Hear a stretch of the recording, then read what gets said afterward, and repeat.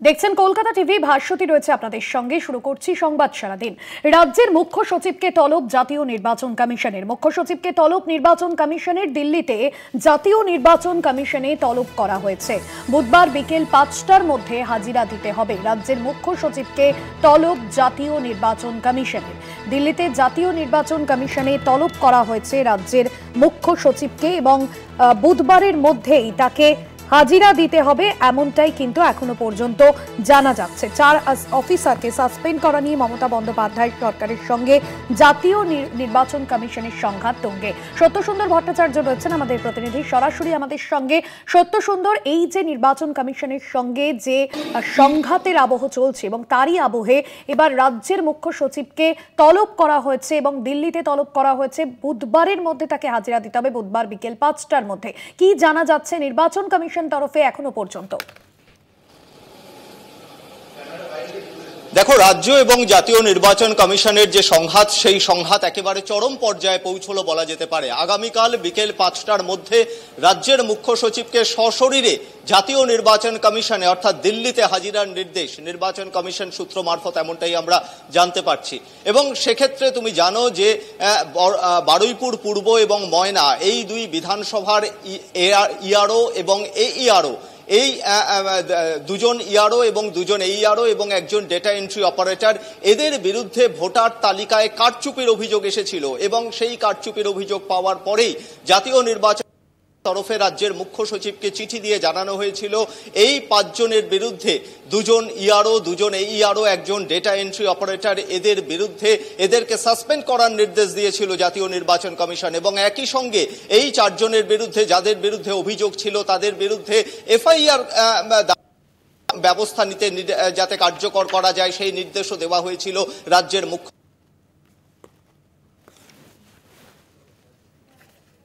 পদক্ষেপ না দেওয়া হয় রাজ্যের মুখ্য সচিবকে জাতীয় নির্বাচন কমিশনের তরফে। এবং সেখানে একটা নির্দিষ্ট টাইম ফ্রেম বেঁধে দেওয়া হয়, একটা সময়সীমা বেঁধে দেওয়া হয়, সেটা ছিল গতকাল বিকেল ৩টের মধ্যে। এবং গতকাল রাজ্যের তরফ থেকে মুখ্য সচিব জাতীয় নির্বাচন কমিশনে চিঠি দিয়ে জানান, রাজ্যের তরফ থেকে জানানো হয় যে একজন এইআরও এবং যে একজন ডেটা এন্ট্রি অপারেটর রয়েছে, এই দুজনকে নির্বাচনের যে কাজ রয়েছে অর্থাৎ ভোটার তালিকার সংশোধন এবং পরিমার্জনের যে কাজ চলছে, সেই কাজ থেকে তাদের অব্যাহতি দেওয়া হলো। অর্থাৎ জাতীয় নির্বাচন কমিশনের যে নির্দিষ্ট এই ৫ জনের বিরুদ্ধে যে নির্দেশ ছিল, সেই নির্দেশ কিন্তু কার্যকর করা হয়নি বলা যেতে পারে। তারই পরিপ্রেক্ষিতে আজকে জাতীয় নির্বাচন কমিশনের তরফে রাজ্যের মুখ্য সচিবকে বলা হয়েছে যে আজকের পূর্ব এবং ময়না বিধানসভার ইআরও এবং এইআরও, এদের বিরুদ্ধে এবং ডেটা এন্ট্রি অপারেটরের বিরুদ্ধে যে পদক্ষেপ নেওয়ার নির্দেশ জাতীয় নির্বাচন কমিশনের তরফে দেওয়া হয়েছে, সেই পদক্ষেপ আজকের মধ্যে নিতে হবে।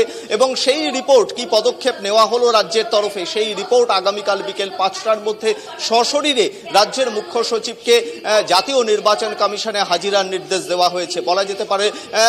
একেবারে রাজ্য এবং জাতীয় নির্বাচন কমিশনের যে সংঘাত, সেই সংঘাত কিন্তু একেবারে চরম পর্যায়ে পৌঁছেছে। তার কারণ রাজ্যের তরফে জানানো হয়েছিল যে এইআরও, একজন এইআরও এবং ডেটা এন্ট্রি অপারেটরকে, তাদেরকে সাময়িকভাবে এই যে নির্বাচনের যে কাজ চলছে ভোটার তালিকার, সেই কাজ থেকে তাদেরকে অব্যাহতি দেওয়া হচ্ছে। এর থেকে বলা যেতে পারে আজকে এই যে আবারও রাজ্যের মুখ্য সচিবকে আগামীকাল বিকেল ৫টার মধ্যে তলব করা হয়েছিল, এতে মনে করা হচ্ছে যে জাতীয় নির্বাচন কমিশন রাজ্যের তরফে যে চিঠি পেয়েছে, সেই চিঠিতে কিন্তু সন্তুষ্ট নয়। এবং যে নির্দেশ কার্যকর করার কথা বলা হয়েছিল, ভোটার তালিকার স্বচ্ছতা বজায় রাখা এবং নিরপেক্ষতা বজায় রাখা, জাতীয় নির্বাচন কমিশনের যে নির্দিষ্ট গাইডলাইন রয়েছে, সেই জায়গায় দাঁড়িয়ে এই যে ভোটার তালিকার কারচুপি হয়েছে, তাতে যে দুজন ইআরও এবং দুজন এইআরও অভিযুক্ত হয়েছেন, এদের বিরুদ্ধে রাজ্য কি ব্যবস্থা নিয়েছে, তারই পরিপ্রেক্ষিতে কিন্তু আগামীকাল তাকে রাজ্যের মুখ্য সচিবকে তলব করা হয়েছে জাতীয় নির্বাচন কমিশনে। নির্বাচন কমিশন সূত্র মারফত আমরা তেমনটাই জানতে পারছি। একদমই। এবং ভোটের কাজে অনিয়মের অভিযোগে 4 অফিসারকে যে সাসপেন্ডের বিষয় ছিল এবং সেই নিয়ে রাজ্যের সঙ্গে নির্বাচন কমিশনের যে সংঘাত, সেই সংঘাত এবার চরমে পৌঁছলো। ধন্যবাদ জানাবো সত্যসুন্দর তোমায়। সরাসরি ছিলেন আমাদের প্রতিনিধি সত্যসুন্দর ভট্টাচার্য। কেন 4 অফিসারকে সাসপেন্ড করার আবদার মানা হলো না তার ব্যাখ্যা দিতে রাজ্যের মুখ্য সচিব মনোজ পানকে তলব করল কমিশন এবং আগামীকাল বিকেল 5টার মধ্যে দিল্লি নির্বাচন সদনে হাজিরা দিতে বলা হয়েছে। নির্বাচন কমিশনের নির্দেশ মেনে মুখ্য সচিব হাজিরা দেন কিনা এখন সেটাই দেখার বিষয়।